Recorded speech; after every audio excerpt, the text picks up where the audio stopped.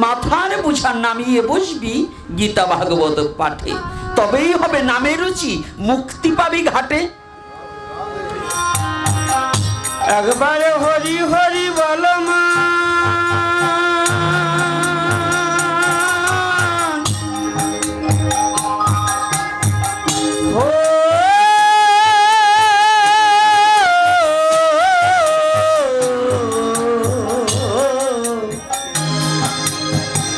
হরি বল হরি বল হরি বল।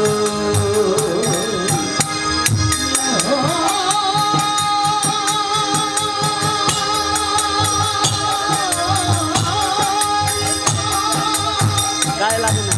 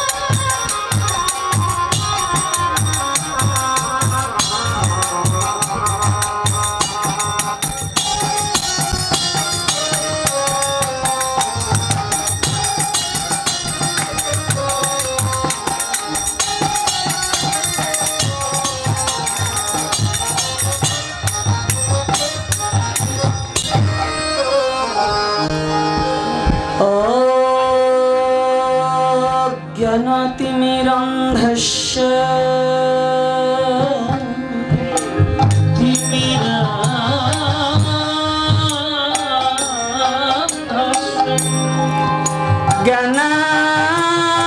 জ্ঞানাঞ্জন শলাকয়া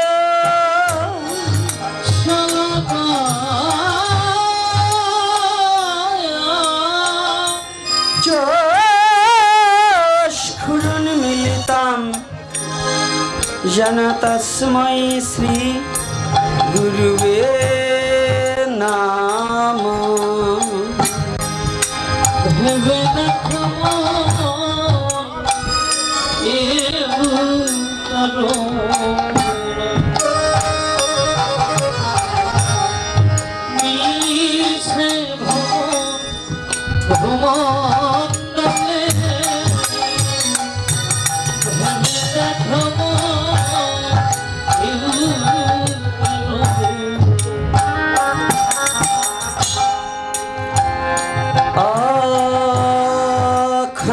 खण्डमण्डलाकारं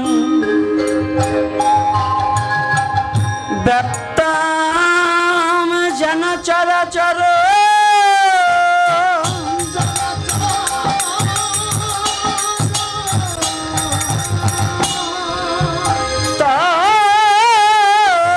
तत्पदमदर्शितं येन तस्मै श्री गुरुवे नमः।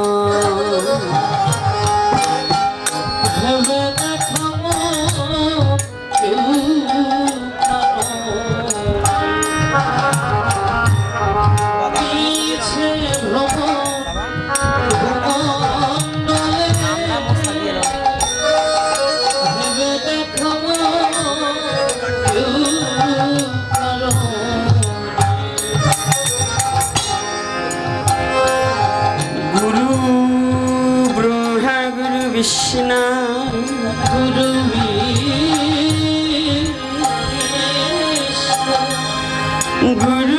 गुरुदेव महेश्वर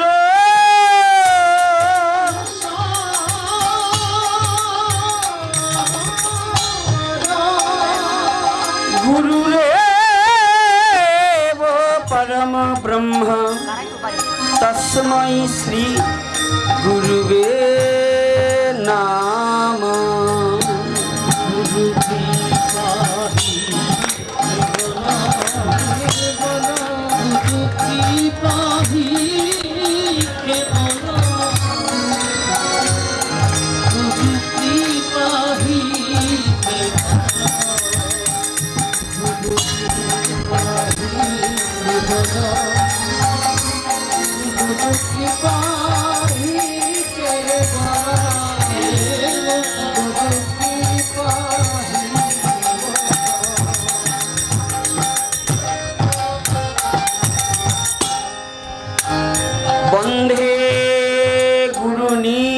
ভক্তা নিশ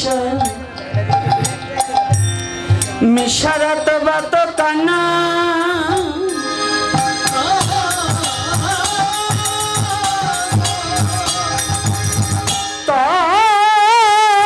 তৎপ্রকাশঞ্চ তৎশক্তি কৃষ্ণ চৈতন্য সংঘ কাম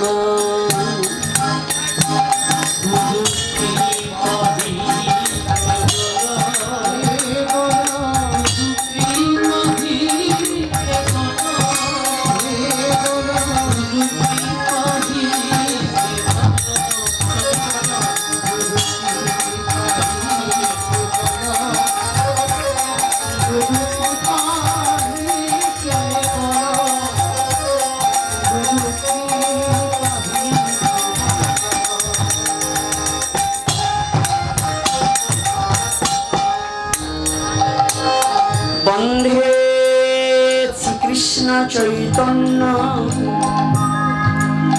নিত্যানন্দ সহদিত গৌরুদয়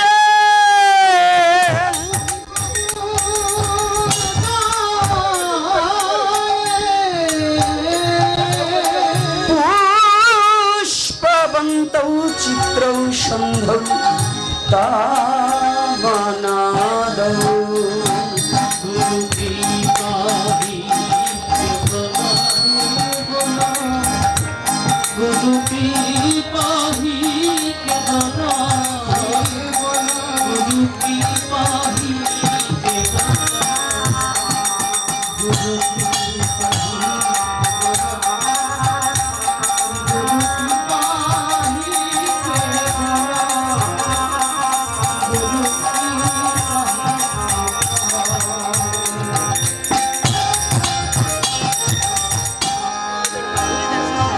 যদা দ্বৈতং ব্রহ্মোপনিষদি তৎপশ্চাদনুভজাত্ময়ন্ত্রজামি পুরুষ ইতি সরৌষজ্জা পূর্ণ জয় হো ভগবান স্বয়ং কৃষ্ণ জগতি পরতত্ত্বম পারমিহ শরণ গচ্ছামি কৃষ্ণ শরণ গচ্ছামি গৌরং শরণ গচ্ছামি কৃষ্ণ শরণ গচ্ছামি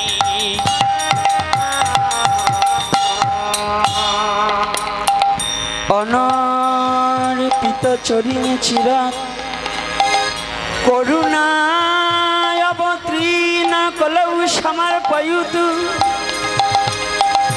উন্নত উজ্জ্বল রাশং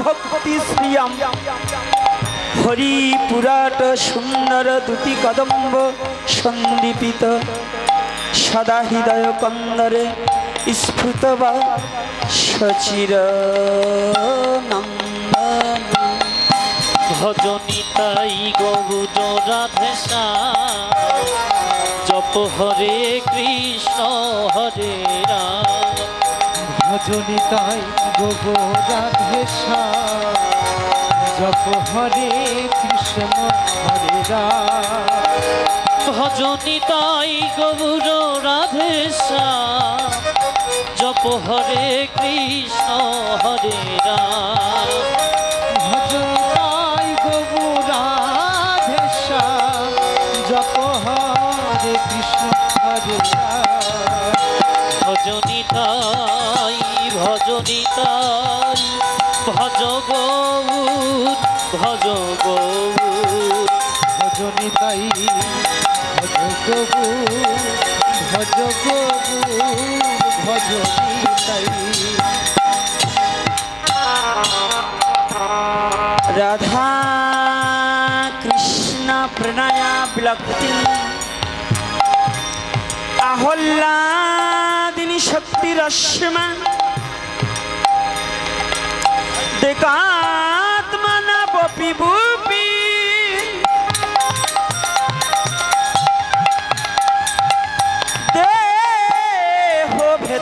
ततौ तौ चैतन्यखं प्रकटय मधुनाय तददय चक्षुमाप्त राधा भावदूति सुबलितं नैमि कृष्ण स्वरूपकम्। ভজনিতাই গৌর রাধেশ্যাম জপ হরে কৃষ্ণ হরে রাম। ভজনিতাই গো রাধেশ্যাম জপ হরে কৃষ্ণ হরে রাম। ভজনিতাই গৌর রাধেশ্যাম জপ হরে কৃষ্ণ হরে রাম। ভজনিতাই গো রাধেশ্যাম জপ হরে কৃষ্ণ হরে রাম। ভজনিতাই ভজ গৌর ভজ গৌর ভজনিতাই ভজনিতাই ভজ গো ভজনিতাই।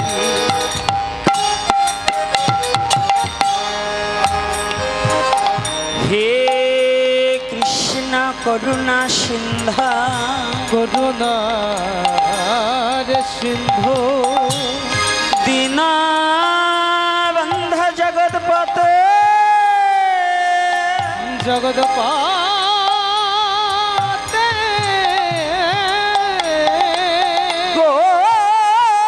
गोपेश गोपिका कांत राधा कांत नमस्तुते।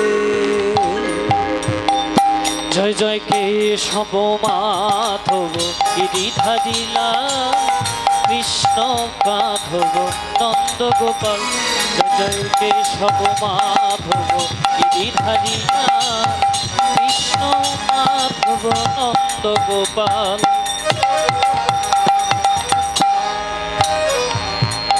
तप्त कांचन गौरंगी राधे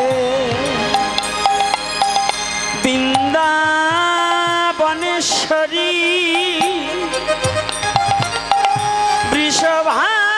वृषभानुसुते देवी प्रणमामि हरिप्रिये।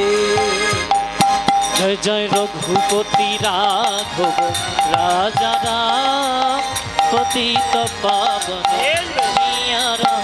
জয় জয় রঘুপতি রাঘব রাজা রাম পতিত পাবন সিয়া রাম। नमो महावदन्नाय कृष्ण प्रेम प्रदायते कृष्णाय कृष्ण चैतन्य नामे गौरतिशे नमो नाम। জয় জয় রঘুপতি রাঘব রাজা রাম পতিত পাবন সিয়া রাম। সিয়া রাম জয় জয় সিয়া রাম সতকে তেরা সিয়া রাম। সিয়া রাম সিয়া রাম সতক मेरो সিয়া রাম। জয় জয় রঘুপতি রাঘব রাজা রাম পতিত পাবন সিয়া রাম। मुकां करति वचलं पङ्गुं लङ्घयते गिरि जाति कृपा तमहं बन्धे परमानन्द माधवम्।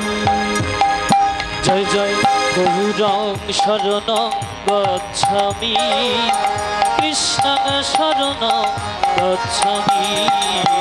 গৌরং শরণ গচ্ছামি কৃষ্ণ শরণ গচ্ছামি। वंशा कल्पतरुभर्ष कृपा सिन्धुभ्येव च पतितानां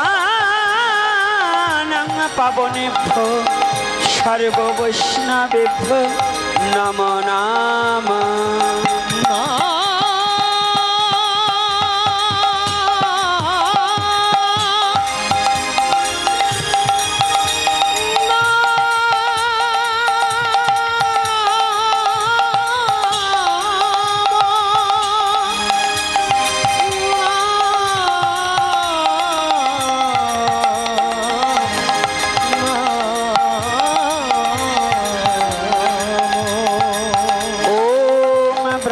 गणेभ्यो नाम ओम वैष्णव गणेभ्यो नाम ओम पितृगणेभ्यो नाम ओम मातृगणेभ्यो नाम ओम श्रुतिगणेभ्यो नाम ओम सज्जनगणेभ्यो नाम सर्वश्रुत वैष्णवेर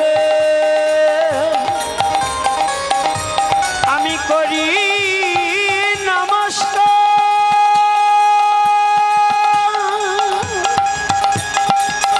কৃপা করি চরণে ধুলি শিরে দান সবে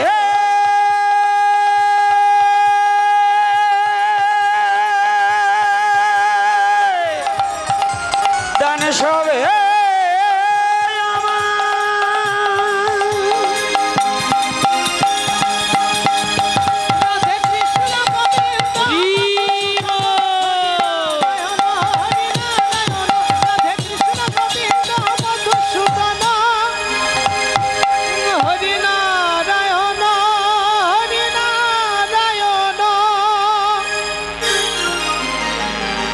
বাবার আমার সবার রাতুল চরণে এই হতভাগা দাসের সশ্রদ্ধ প্রণতি জ্ঞাপন করছি। জরনিদ্রা পরিহরি বদনে বলিতে হরি শ্রবণ করিতে হরি আজ ছুটে এসেছি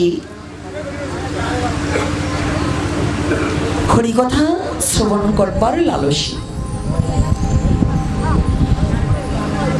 তবে যে ব্যাসাসন উপবেশন করিয়া আপনাদের কর্ণকুহুরে দুটো হরিকথা প্রবেশ করাইব এ যোগ্যতা এ জ্ঞান এ সাধন ভজন কোনোটাই আমার মধ্যে নেই।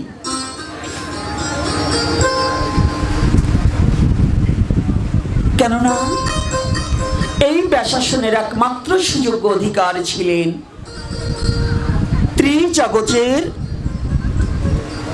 সর্বজন বন্ধেয় ত্রিজগতের মাঝে যাকে স্মরণ না করলে ভাগবতীয় কথা আলোচনা করা যায় না, যে দুজন ব্যক্তিকে,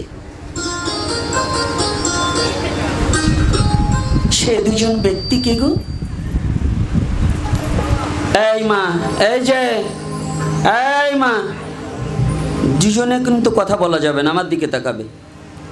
আর যদি কথা বলতে হয় তাহলে এখান থেকে উঠে গিয়ে ওই বাড়ির পাশে গিয়ে কথা বলবে। আমি আবারও চরণে হাত রেখে বলছি, আমার চোখ কিন্তু সব দিকে যাবে।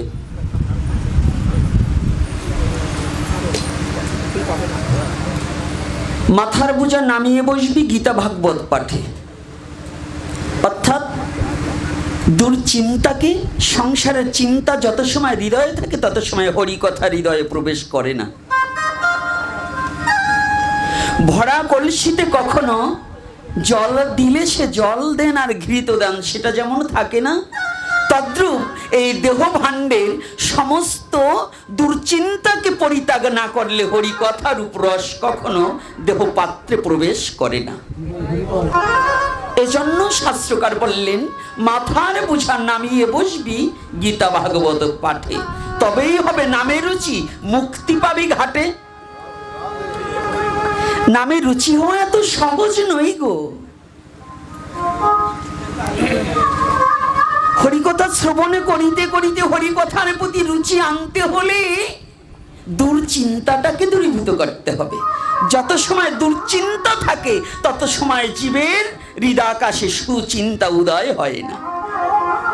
এজন্য দুশ্চিন্তাটাকে দূরীভূত করতে হবে। আর যদিও বুঝি হতে চায় না, তাহলে একমাত্র সাধুগুরুর বৈষ্ণবের চরণ ধুলি মস্তকে ধারণ করে যেন আমাদের জীবনের সমস্ত অহংকারটা দূরীভূত হয়ে গিয়ে শুদ্ধ হরিকথা শ্রবণের ভাব যেন উদয় হয়ে যায়। রাধে রাধে।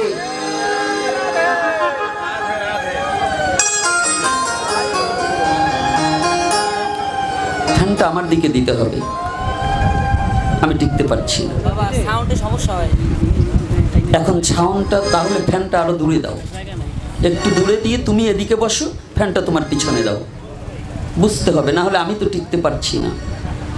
আর যে গরম, সাধুরা অনেক কিছু সইতে পারে, আমি তো আর সাধু হতে পারিনি, এজন্য অনেক কিছু সহ্য করতে পারছি না।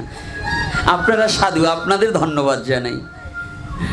সাধুকে সার হয়েছে যে, যেমন তাল গাছ, তাল গাছে সার হলে যেমন ঘুন পোকায় খেতে পারে না, মানব জীবনে যে জন সাধু হয়েছে তাকে কখনো কোনোদিন অশুভ শক্তিতে তাকে বিনাশ করতে পারে না। রাধে। আজকে যাকে স্মরণ না করলে হরিকথায় প্রবেশ করা যায় না, সে কে? পিতা পর্যন্ত যাকে বন্দনা করেছিলেন। ভালো করে জানবেন, সনাতন ধর্মের লজিকগুলো, আমার কথাটা একটু ব্যতিক্রম। আজকে আমার এক বাবা একজন প্রভাষক, আমাকে পরিচয় দিলেন তিনি একজন প্রভাষক। আসতে সময় বলছে, আমি একজন প্রভাষক, আপনি কি শ্যামাচরণ, এই যে ভারতের একজন ভালো রাজনীতিবিদ ছিলেন, তার কথাটা টেনে ধরে বলছেন আমাকে, আপনি কি জ্ঞানকাণ্ড এবং কর্মকাণ্ড, এই জ্ঞানকাণ্ড আর এই ধর্মকাণ্ডের যে ব্যাপারে কিছু কথা, এগুলো কি ওটা শুনেছেন? তা আমি বলছি, আমি তো কিছু শুনিনি। যত বড় রাজনীতিবিদের যত বড় জ্ঞানকাণ্ড আর ধর্মকাণ্ড কর্মকাণ্ড যাই শুনতে চাও না কেন বাবা, সনাতন ধর্মের এই আর্য মহর্ষিদের ধার্য করা অনুশাসিত পথ যতদিন পর্যন্ত হৃদয় মাঝে প্রবেশ না করবে, কোনো কাণ্ডে কাজ হবে না, কোনো কাণ্ডে কাজ হবে না। পাণ্ডিত্যে কখনো সনাতন ধর্ম বোঝা যাবে না। সনাতন ধর্ম বুঝতে হলে পাণ্ডিত্য ছেড়ে দিয়ে বুকা সাজতে হবে। রাধে রাধে। যতদিন পর্যন্ত অহংকার বোধ আছে ততদিন পর্যন্ত সনাতন ধর্ম কি তত্ত্ব এটা উপলব্ধি করা যাবে না। কতজন আসলো আর গেল, কোটি কল্পকাল আসবে আর যাবে, সনাতন ধর্মের তত্ত্ব বুঝতে হলে যতদিন পর্যন্ত ভগবত প্রেম হৃদয়ে উদ্ভাসিত না হবে, সনাতন ধর্মের তত্ত্ব ততদিন পর্যন্ত উপলব্ধি করা সম্ভব নয়। এজন্যই বলছি, সনাতন ধর্ম এমন একটা ধর্ম, যোগ্য ব্যক্তিকে যোগ্য সম্মান করা হয়, সে যে হোক, ছোট হলেও এটা সনাতন ধর্ম শিক্ষা দিয়েছে। যত ছোট হোক না কেন, যোগ্য ব্যক্তিকে যোগ্য সম্মান দিতে হয়। এর কোথায় জানেন? ভাগবত প্রবেশিকায় প্রারম্ভেই যতজন এখানে আমগ্রামের বাড়িতে, এখানে অনেক বিদগ্ধ শাস্ত্রবিদ আছে এবং বৈষ্ণবগণ আছে, মহাত্মাগণ আছে। আজকে আমগ্রামে অনেক ভক্তজন আছে, আমি জানা আছে। তবে এখানে আপনারা জানবেন, ভাগবতের প্রবেশিকায় যেখানে ব্যাসদেব সাক্ষাৎ, ব্যাসদেবের পিতা যেখানে সাক্ষাৎ, ব্যাসদেবের ঠাকুরদাদা যেখানে সাক্ষাৎ, কিন্তু সেখানে হরিদ্বার ব্রহ্মকুণ্ডে সরস্বতী নদীর পারে একমাত্র সম্মান পেয়েছিলেন ব্যাসের নন্দন শ্রীল সুখদেব গোস্বামী প্রভুপাদ। এখান থেকে আমাদের বুঝতে কোনো বাকি থাকে না যে সনাতন ধর্ম যোগ্য ব্যক্তিকে যোগ্য সম্মান দিতে জানে। জানে কি না? রাধে রাধে। অন্য আলোচকের আলোচনা আর গোপীনাথের আলোচনা কিন্তু একটু ব্যতিক্রম আছে, আমার সাথে কথা বলতে হবে, কথা না বললে কিন্তু আমার কথা হারিয়ে যাবে। রাধে রাধে। এই জন্য সত্য কিনা মিথ্যা এটাকে বুঝতে হবে। আমি কিন্তু পাঠক নয়, তবে হ্যাঁ, শুনেছি পুরাণে মহিমা ব্যাখ্যানে অসম্ভব সম্ভব হয় যদি সাধুগুরু বৈষ্ণবের কৃপা হয়।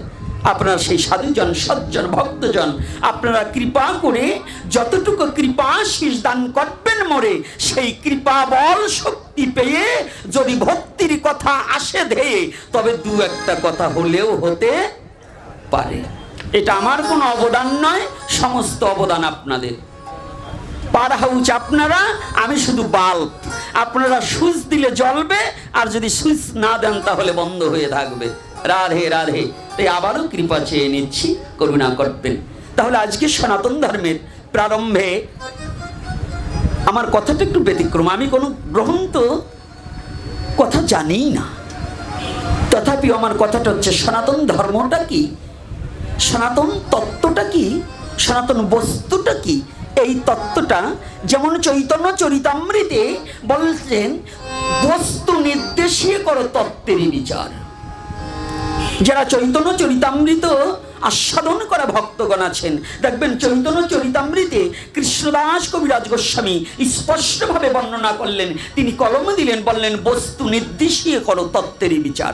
আগে বস্তুটা কি, তারপরে তত্ত্ব। যদি বস্তুই না থাকে তত্ত্ব জেনে কোনো লাভ হবে না। হবে কি? রাধে রাধে। হ্যাঁ, নিমন্ত্রণ করেছে, রান্নাই করেনি, তাহলে কি ওখানে ঘোরাফেরা করলে আমার পেট ভরবে? তাহলে কি আগে অন্যের প্রয়োজন আছে। তদ্রূপ সনাতন ধর্ম হচ্ছে এমন একটা ধর্ম, আগে বস্তুটাকে চিনতে হবে, তারপরে তত্ত্ব বিচার করো। কিন্তু আজকাল আমাদের সমাজে তো আগে তত্ত্ব আলোচনা করে, বস্তু কি আছে কি না আছে সেটা দেখে না। তো এত তত্ত্ব নয়, আগে বস্তুটাকে জানতে হবে, বুঝতে হবে। খালি জানলে হবে না, তাকে মানতেও হবে। বেশি জানলে জানোয়ার হয়ে যাবে, কিন্তু মানোয়ার হতে হবে। রাধে। যদি না জেনে শুধু জানলাম কিন্তু মানলাম না, তাহলে জীবনে আমি কোনোদিন ভগবত কৃপা উপলব্ধি করতে পারবো না। আমি যতটুকু জানি তার চেয়ে মানাটাই আমার কাছে প্রাধান্য বেশি।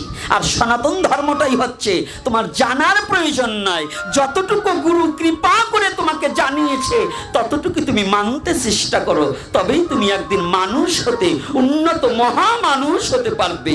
আর যতদিন পর্যন্ত মানতে না পারবে, শুধু জানতে চাইবে, ততদিন পর্যন্ত তুমি মহামানব হতে পারবে। তাহলে আগে কি? বস্তু। তো সনাতন ধর্মের প্রারম্ভ থেকে যে কথাটা আমি সূচনা লগ্নে আলোচ্য বিষয়টা এসেছে, বাবা এখানে কথা বলা যাবে না, নীরবতার সহিত হরিকথা শ্রবণ করতে হবে। প্রতিটা কথা যদি গৌরের ইচ্ছা হয়, যদি আমার গৌর হরির দয়া হয়, আজকে যুব সমাজ দেখছি দাঁড়িয়ে আছে, আমার খুব ভালো লেগেছে। এর আগে একবার অনুষ্ঠানে এসেছিলাম এই আমগ্রামে একটু ভোগ রাগ করতে, শুধু কিছু বৃদ্ধ লোক, ওই 80 বছর 60 বছর 65 75 এগুলো আসছে, কিন্তু একটা যুবক পাইনি। তবে আজকে আলোচনার প্রারম্ভেই আমার মনটা ভরে গিয়েছে যে না, আমগ্রামের যুবক সমাজ আসছে হরিকথা আস্বাদনের জন্য। এজন্য আমার বাবাদের কাছে আমি বড় চিরকৃতজ্ঞ যে না, সনাতনী যুব সমাজ হরিকথার প্রতি আকৃষ্ট হয়ে ভগবানের কথা আস্বাদন করবার জন্য ছুটে এসেছে। এটাও আমার গৌরীর কৃপা বর্ষিত হোক প্রতিটা যুবকের হৃদয়ের মাঝে, যুবতীর হৃদয়ের মাঝে যেন আমার মহাপ্রভুর কৃপা বর্ষিত হয়ে যায়। ওরা সনাতন বস্তুটাকে জানতে শিখুক, বুঝতে শিখুক, ওরা হৃদয়ে ধারণ করতে শিখুক।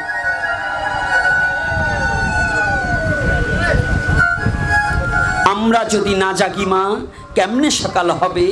তোমার ছেলে উঠলে মাগো রাত পোহাবে তবে। তাহলে যুব সমাজ যদি না জাগে, তাহলে সনাতন জাগবে না। এই কিছু বুড়ো শুধু করতাল বাজিয়ে হরে কৃষ্ণ গেয়ে কোনোদিন সনাতন ধর্মকে জাগ্রত করতে পারবে না, যদি যুব সমাজকে জাগ্রত না করা যায়। তাহলে বলবেন কোথায়?